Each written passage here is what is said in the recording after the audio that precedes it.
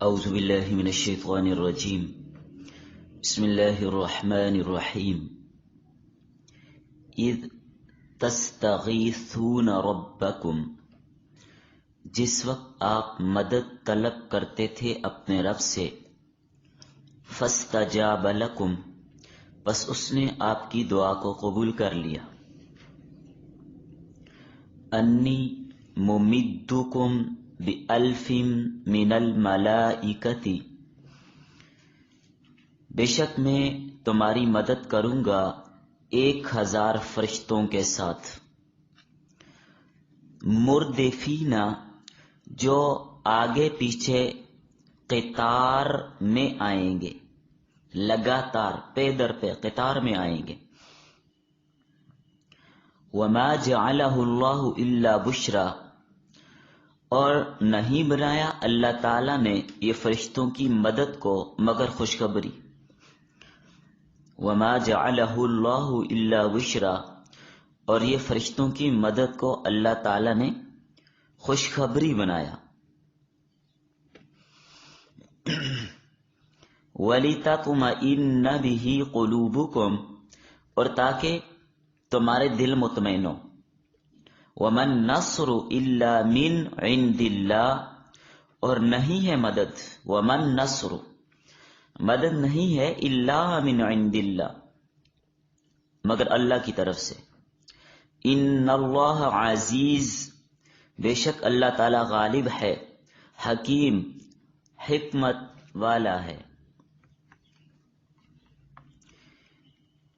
اذ یغشیکم النعاس، جس وقت طاری کی تم پہ اللہ نے اونگ، امانۃ منہ، امن دلانے کے لیے اپنی جانب سے، وَيُنَزِّلُ عَلَيْكُم مِّنَ السَّمَاءِ مَاءً، اور نازل کیا اس نے تمہارے اوپر آسمان کی طرف سے پانی، لِيُطَهِّرَكُم بِهِ، تاکہ تم کو پاک کرے اس پانی کے ذریعے، وَيُذْهِبَ عَنْكُمْ، اور دور کر دے تم سے، اور دور کر دے تم سے، رجز الشیطان، شیطان کے وسوسے کو، دور کر دے تم سے شیطان کے وسوسے کو، وَلِيَرْبِطَ عَلَى قُلُوبِكُمْ، اور تاکہ مضبوط کر دے تمہارے دلوں کو، وَيُثَبِّتَ بِهِ الْأَقْدَامَ، اور تاکہ ثابت قدم رکھے اس کے ذریعے تمہارے قدموں کو، اس کے ذریعے سے تمہارے قدموں کو ثابت قدم رکھے، یہ مطلب تھا اونگ آنے کا۔ جی بس لکھیے۔ سورہ انفال درس نمبر 3،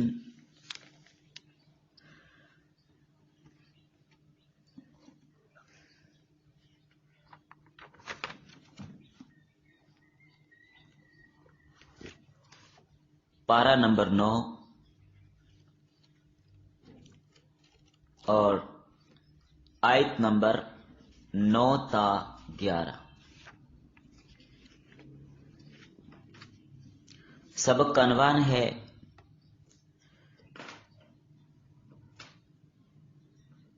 انعامات خداوندی،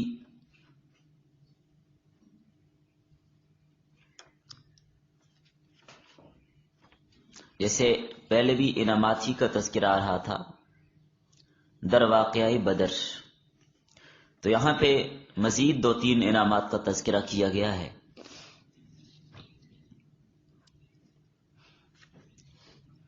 ربط، غزوہ بدر کے موقع پر اللہ تعالیٰ نے اہل ایمان پہ جو خصوصی انعامات کیے تھے انہی کا تذکرہ چلا آ رہا ہے، تو یہاں پر بھی کچھ انعامات کا ذکر کیا جا رہا ہے۔ تو فرمایا یاد کیجیے اس وقت کو جب آپ اپنے پروردگار کو پکار رہے تھے، یہ اللہ ہمیں اپنے دشمن پہ فتح عطا فرما۔ اگر مومنوں کی یہ جماعت ہلاک ہو گئی تو کوئی تیری عبادت کرنے والا نہیں رہے گا. اب یہ دعا فرما رہے تھے. اللہ تعالیٰ نے آپ کی دعا کو قبول کیا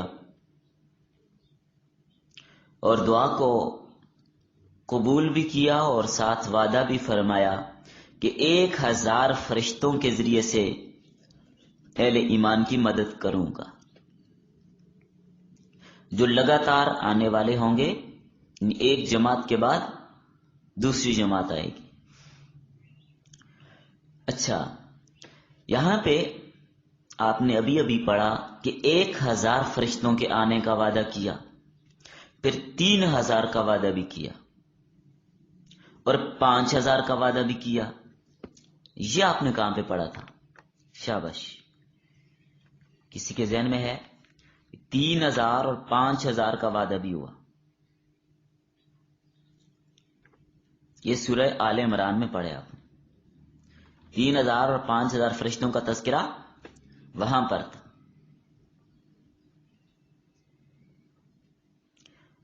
وَإِن تَصْبِرُوا وَتَتَّقُوا وَيَأْتُوكُم مِّن فَوْرِهِمْ هَذَا يُمْدِدْكُمْ رَبُّكُمْ ب5000 من الملائکۃ مصومین.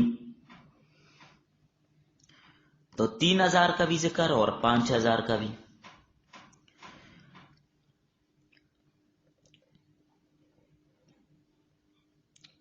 پھر یہ مزید فرشتے آئے یا نہیں آئے؟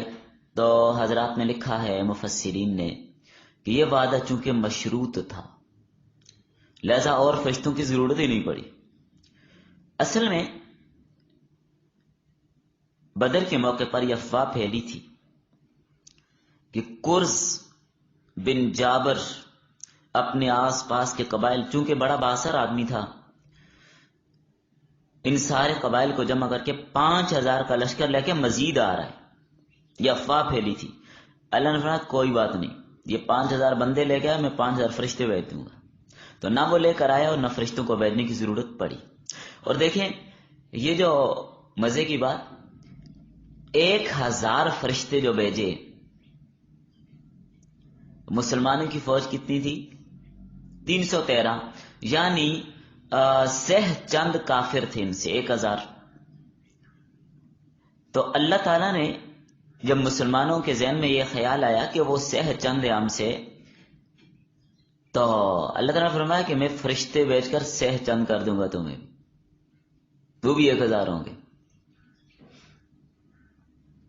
اس بات پر امت کا اجماع ہے کہ بدر میں فرشتے مسلح اترے ہیں اور مدد کے لیے آئے ہیں، بلکہ بعض اوقات مسلمانوں کو دکھائی بھی دیے ہیں.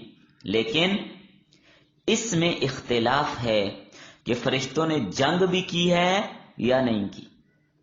اس میں اختلاف ہے.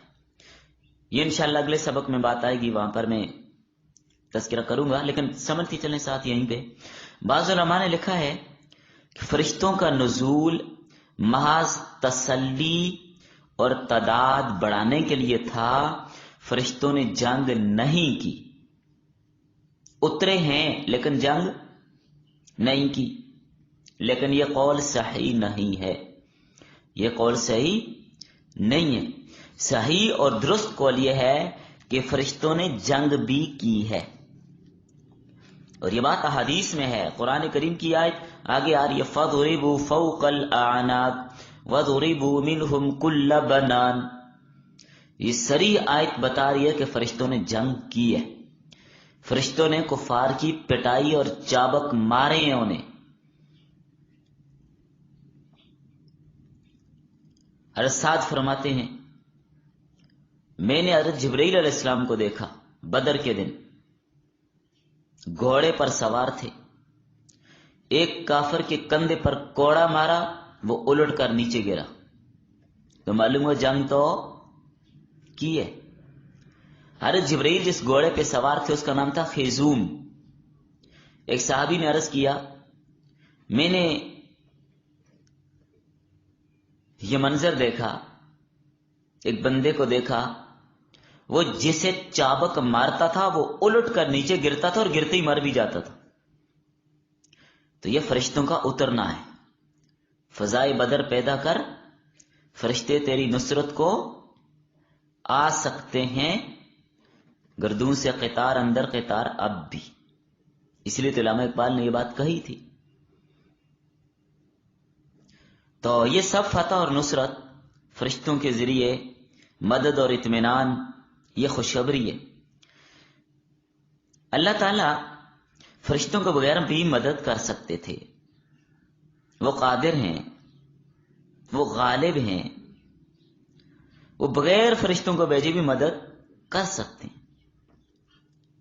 بغیر فرشتے بھیجے بھی مدد اور فتح اللہ تعالیٰ دے سکتے ہیں.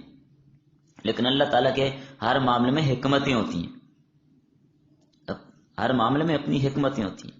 تو اپنی حکمت سے اللہ تعالیٰ نے تھوڑی جماعت کو بڑی اور کثیر جماعت پر فتح عطا فرمائی. اب آگے چوتھے انعام کا ذکر ہے. جنگ میں 2 انعام کل کے سبق میں پڑھے، تیسرا بھی پڑھا، فرشتوں کے ذریعے مدد. چوتھا انعام کیا تھا؟ جنگ میں مسلمانوں کے دل کچھ افسردہ ہو رہے تھے. کفار کی فوج مسلمانوں سے سہ چند تھی. اللہ تعالیٰ نے افسردگی ختم کرنے کے لیے، مسلمانوں کے دلوں کو مضبوط کرنے کے لیے خلاف عادت ان پر اونگ طاری کر دی. اونگ، نیند کے ابتدائی مرحلہ، جس سے ان کی تھکان ختم ہو گئی، خوف اور ہراس بھی ختم ہو گیا. دوران جنگ اتنی اضطراب کی کیفیت، خوف و خشیت کی کیفیت، لیکن اس کے باوجود وہاں پر اونگ آنا یہ خارق عادت ہے، اور نبی صلی اللہ علیہ وسلم کے اعتبار سے معجزہ اور صحابہ کے اعتبار سے کرامت ہے. اس لیے کہ اس موقع پر کدھر نیند آتی ہے؟ یہ تو خوف اور ڈر کا موقع ہوتا ہے. یہ اللہ کا انعام تھا. تو یہ ہلکے درجے کی خفیف قسم کی نیند تھی. دشمن سے بھی باخبر تھے، جہاد میں بھی لگے ہوئے تھے، نیند بھی آ گئی. اب یہاں پہ دیکھیے، ایک بات عرض کروں، آپ لوگ جاگ رہے ہیں سب؟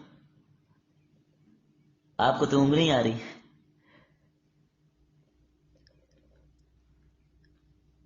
جہاد میں نیند کا آنا سکینہ ہے، اور تعلیم اور سبق کے دوران، پڑھنے پڑھانے کے دوران سبق سنتے ہوئے ساتھ ساتھ سو جانا یہ سستی ہے. دونوں میں فرق ہے. حضرت عبداللہ بن مسعود فرماتے ہیں جہاد کے موقع پہ اونگ آنا یہ اللہ کی طرف سے ہے، اور نماز میں آنا یہ شیطان کی طرف سے. اور شیخ العرب والعجم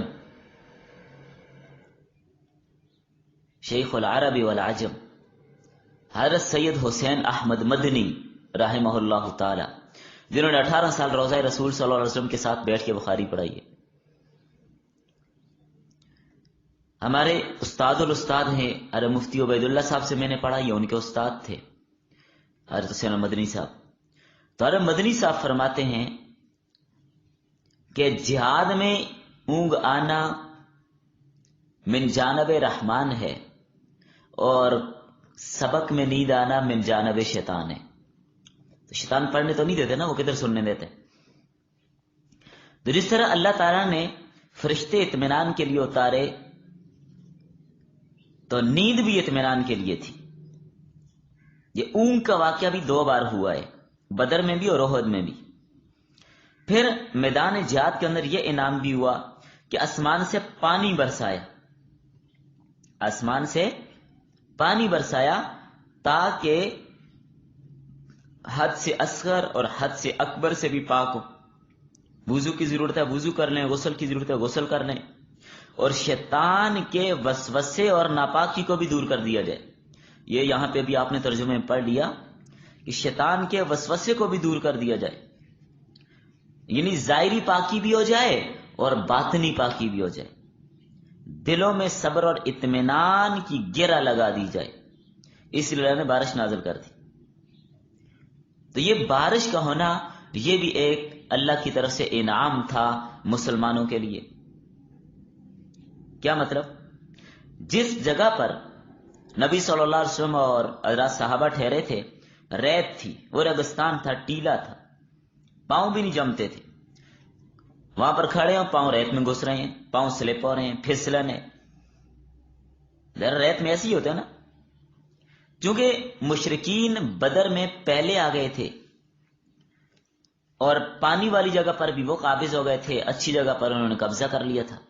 مسلمان بعد میں اترے، ریت کے ٹیلے کے پاس ٹھہرے جس میں پاؤں دھنستے تھے، اور پھر وضو اور غسل کی ضرورت بھی تھی، پانی پینے کے لیے بھی ضروری ہے. اور شیطان نے دل میں وسوسہ ڈالا. شیطان کہنے لگا اچھا، مسلمانوں کے دل میں وسوسہ ڈالا، بڑا شرارتی ہے. دل میں وسوسہ کیا ڈالا؟ دیکھو، اگر تم حق پہ ہوتے، اگر تم صحیح راستے پہ ہوتے، اگر تمہارا مشن ٹھیک ہوتا، اگر تمہارا منشور ٹھیک ہوتا، اگر تمہارا دین ٹھیک ہوتا، تو اتنے زیادہ دشمن کے ساتھ آپ کا مقابلہ ہوتا. دشمن کی تعداد اتنی زیادہ، تم تھوڑے سے. اگر تم لوگ حق پہ ہوتے، تمہیں اچھی جگہ ملتی، تمہارے پاس تو پانی بھی نہیں ہے. تو یہ وسوسہ شیطان نے دلوں میں ڈالا. اللہ نے اس کے وسوسے کو بھی مٹانے کے لیے بارش نازل کر دی. مسلمانوں نے پانی پیا بھی، جانوروں کو بھی پلایا، سواریوں کو پلایا، مشقیں بھی باری، غسل بھی کیا، وضو بھی کیا. ریت بھی جم گئی، پھسلن بھی ختم ہو گئی، پاؤں بھی جم گئے، مضبوط ہو گیا، پھسلتے نہیں تھے. یعنی آپ دیکھیں نا، جب یہ سڑک بناتے ہیں تو مٹی وغیرہ ڈال کے اوپر پانی ڈال کے پھر اس کے اوپر رولر پھیرتے ہیں نا، تو مٹی جم جاتی ہے، تو سڑک بن گئی، یہ جگہ پکی ہو گئی، پکی ہو گئی. اور جس جگہ پر کفار تھے وہ نیچے تھی، وہاں کیچڑ ہو گیا، چلنا ان کے لیے دشوار ہو گیا. تو یہ بھی اللہ کا انعام تھا کہ مسلمانوں کے لیے اللہ نے آسانی کر دی. تو ظاہری بات نہیں پاکی ہوگی، شیطان کا وسوسہ بھی دور ہو گیا.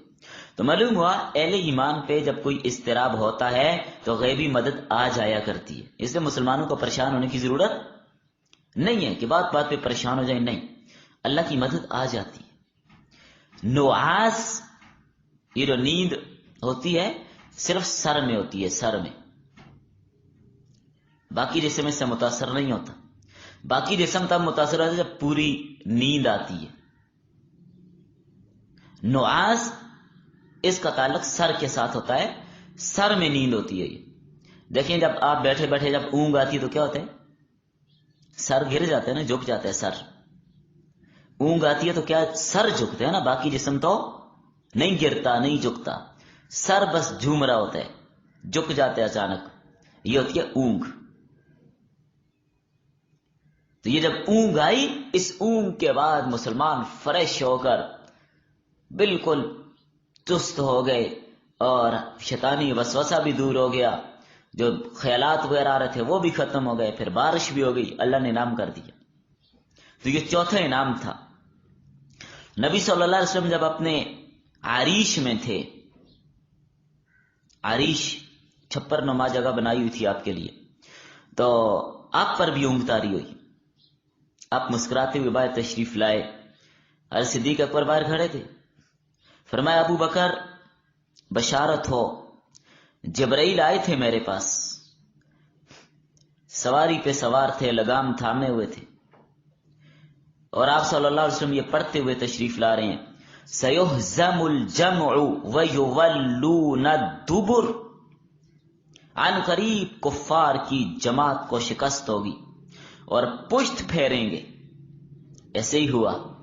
آگے تذکرہ آتا جائے گا کیسے ناکامی اور نامرادی کے ساتھ واپس لوٹے. حالانکہ یہ تو اونٹوں پہ شراب لاد کے اپنے ساتھ گانے والی لڑکیاں لے کر آئے تھے کہ جب ہمیں فتح ہو جائے گی وہاں پر شراب پئیں گے، گانے گائیں گے، دمالے ڈالیں گے، ڈانس کریں گے. لیکن اللہ تعالیٰ نے معاملہ ہی سارا الٹ دیا. فتح کس کے ساتھ؟ ہمیشہ مسلمان کے ساتھ ہوتی ہے. فرمایا سَيُهْزَمُ الْجَمْعُ وَيُوَلُّونَ الدُّبُرَ. یہ آیت جو ہے دشمن کا خطرہ ہو، دشمن شرارت کر رہا ہو، دشمن تنگ کر رہا ہو، دشمن سازشیں کر رہا ہو، اپنے پاس نوٹ کر لیجئے. یہ آیت دشمن کے تصور سے پڑھیں، سَيُهْزَمُ الْجَمْعُ وَيُوَلُّونَ الدُّبُرَ. کبھی آپ کو نقصان نہیں پہنچا سکے گا کوئی بھی دشمن ہو. اس لیے آیت غیر مسلم جو ہمارے وطن عزیز کے خلاف پروپیگنڈے کرتے ہیں، سازشیں کرتے ہیں، میلی نگاہ سے دیکھتے ہیں، ان کے تصور سے بھی پڑھتے رہنا چاہیے، تو انشاءاللہ ان سب کی سازشیں زمین بوس ہو جائیں گی، خاک میں مل جائیں گی۔ سَيُهْزَمُ الْجَمْعُ وَيُوَلُّونَ الدُّبُرَ۔ یہاں پہ ایک نقطہ عرض کرنے لگا ہوں، اس جنگ میں کفار کی مدد کرنے کے لیے، مشرکین کی مدد کرنے کے لیے، ابو جہل اور مکہ والوں کی مدد کرنے کے لیے کون آیا تھا؟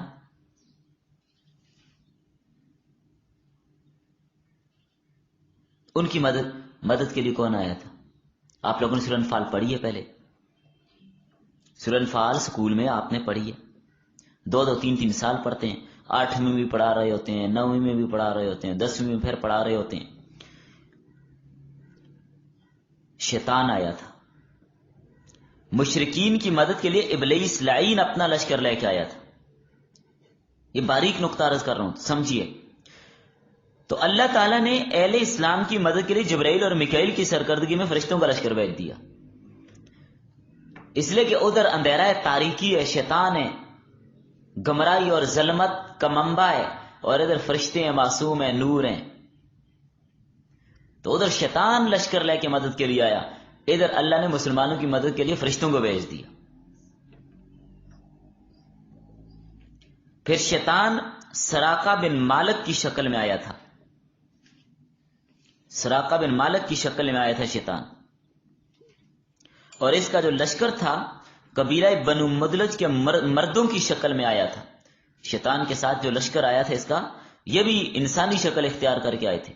شیطان خود تو سراقہ بن مالک کی شکل میں آیا، ابو جہل کے ہاتھ میں ہاتھ دیے ہوئے پھرتا تھا، جب فرشتوں کو دیکھا چھڑا کے بھاگ گیا تھا۔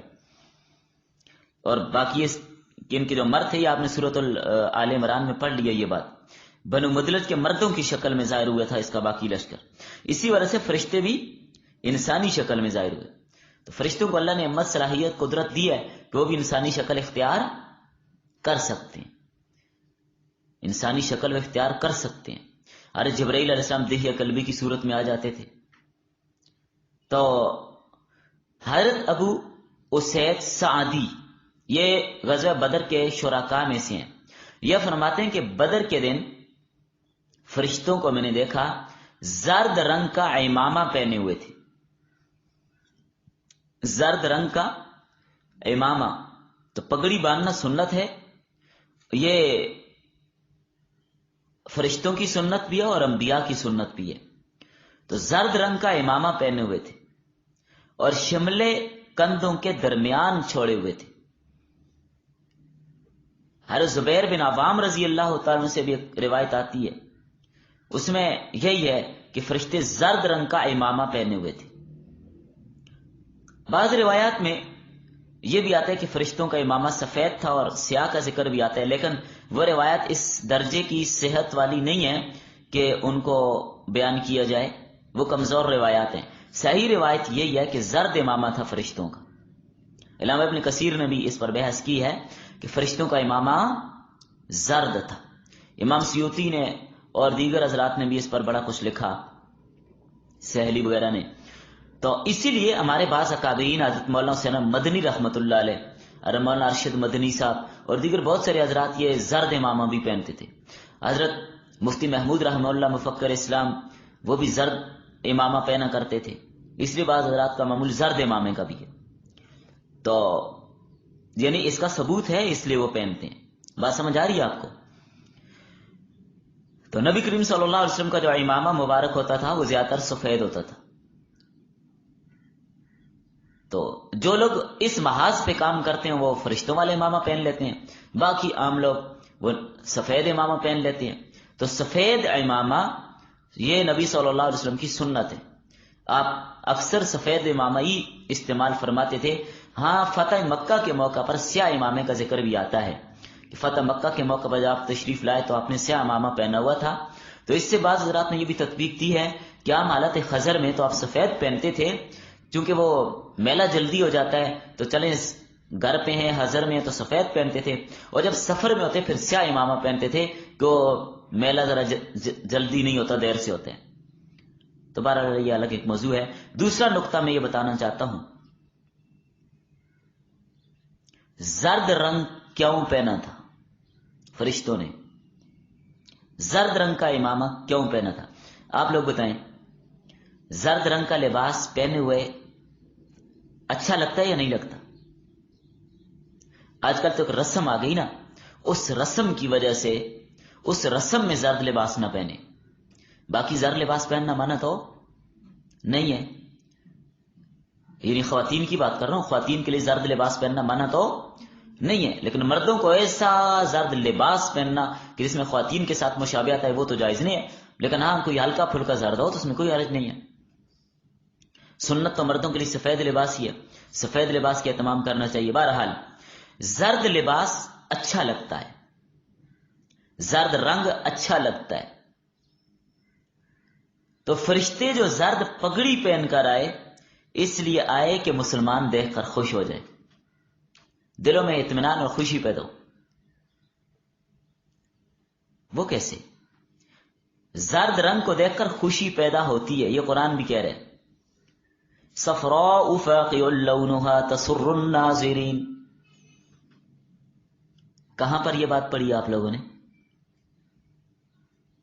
صفراء فاقع لونها تسر الناظرین، یہ بات کہاں پڑھی ہے؟ شاباش، سورہ بقرہ میں. سورہ بقرہ میں آپ نے یہ بات پڑھی ہے. تو سورہ بقرہ میں جو بنی اسرائیل کہنا کہ گائے کا رنگ کیسے ہونا چاہیے، فرمایا زرد ہو، دیکھنے والوں کو خوش کرتی ہو. تو معلوم ہوا زرد رنگ دیکھنے والوں کو خوش کرتا ہے، اس لیے فرشتے زرد امامہ پہن کے آئے تاکہ دیکھنے والے ذرا خوش ہو جائیں.